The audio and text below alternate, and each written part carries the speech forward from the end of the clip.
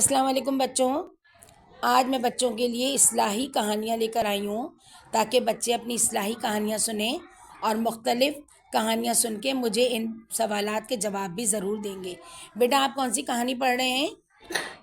آداب تو عزت اور محبت دلاتے ہیں. بیٹا آپ کون سی پڑھ رہے ہیں؟ اچھے لگیں.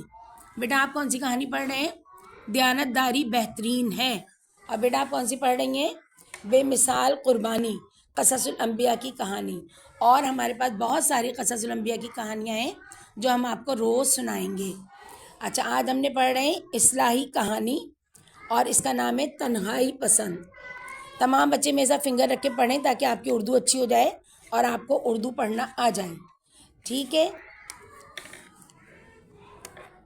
تنہائی پسند کہانی شروع کرتے ہیں. میرے ساتھ ساتھ فنگر رکھیے.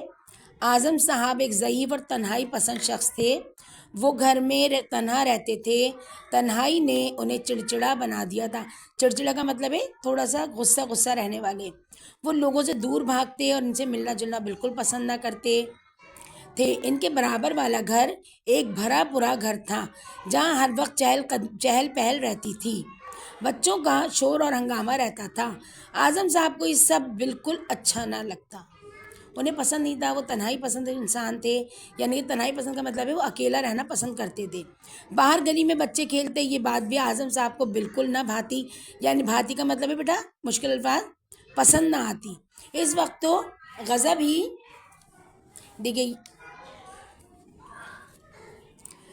ہی ہو جاتا جب کھیل کے دوران گیند ان کے گھر میں آ گرتی یا گیند لگنے سے ان کی کھڑکی کا شیشہ ٹوٹ جاتا.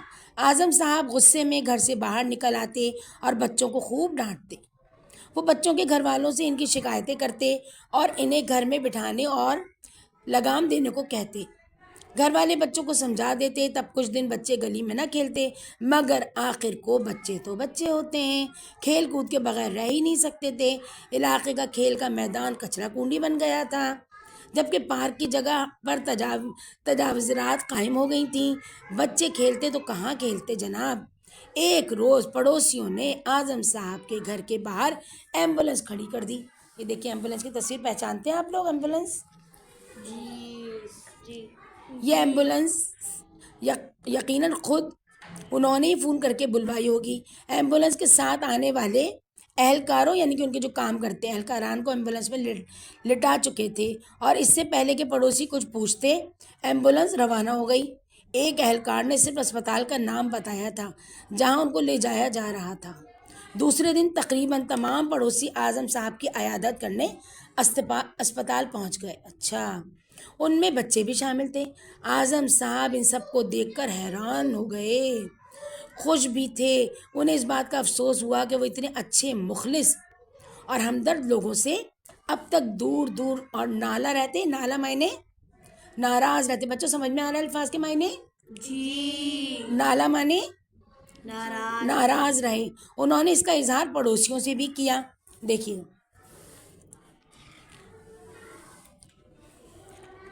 پھر 2-3 دن بعد ہی وہ صحت یاب ہو کر ہسپتال سے گھر پہنچ گئے. ان کی جلد صحت یابی میں یقیناً ان کے پڑوسیوں اور خصوصاً بچوں کا بڑا کردار رہا، جنہوں نے ان کا بہت خیال رکھا اور تنہائی کا معمولی سا بھی احساس نہ ہونے دیا. اب اعظم صاحب ایک بدلے ہوئے انسان ہیں، خوش خلق یعنی کہ بہت اچھی طرح ملنے والے، خوش اخلاق، زندہ دل، ہر بات پہ خوش ہونے والے، اور اب لوگوں سے کٹ کر نہیں بلکہ جڑ کر رہتے ہیں. جڑ کے رہنے کا مطلب کیا ہے؟ مل کر رہتے، ایک ساتھ مل کر رہتے. اور بچوں سے تو ان کی خوبی بنتی ہے کا مطلب خوبی دوستی ہے. وہ محلے کے تمام بچوں کے انکل ہیں، بہت پیارے انکل. چلیے بچوں، میں سوالات پوچھتی ہوں. ویڈیو پسند آئے تو لائک ضرور کیجیے، کمنٹس کیجیے اور میرے پیج کو فالو کیجیے. اور میں سوالات پوچھتی ہوں، سوالات کے تمام بچے مجھے جواب دیں گے. بیٹا آپ جواب دیں گے. اعظم صاحب کس طرح کے آدمی تھے؟ چڑچڑے اور غصے والے اور تنہائی پسند. شاباش. نمبر 2، وہ بچوں سے اکثر ناراض کیوں ہو جاتے تھے؟ آپ بتائیے بیٹا. کیونکہ وہ ان کے گھر کے سامنے کھیلا کرتے تھے اور ان کو اکیلے رہنا پسند تھا. ٹھیک ہے، تنہائی پسند تھے. اعظم صاحب حیران کیوں ہوئے؟ کیونکہ جب وہ ہسپتال گئے تو ان کے سارے پڑوسی اپنے بچوں کے ساتھ آئے ہوئے تھے، تو ان کو بہت افسوس ہوا کہ میں تو ان کے ساتھ غلط کرتا تھا، مجھے ان سے اچھے سے پیش آنا چاہیے تھا۔ شاباش. آج ہم نے کون سی کہانی پڑھی؟ تنہائی پسند. کون سی کہانی پڑھی؟ تنہائی پسند.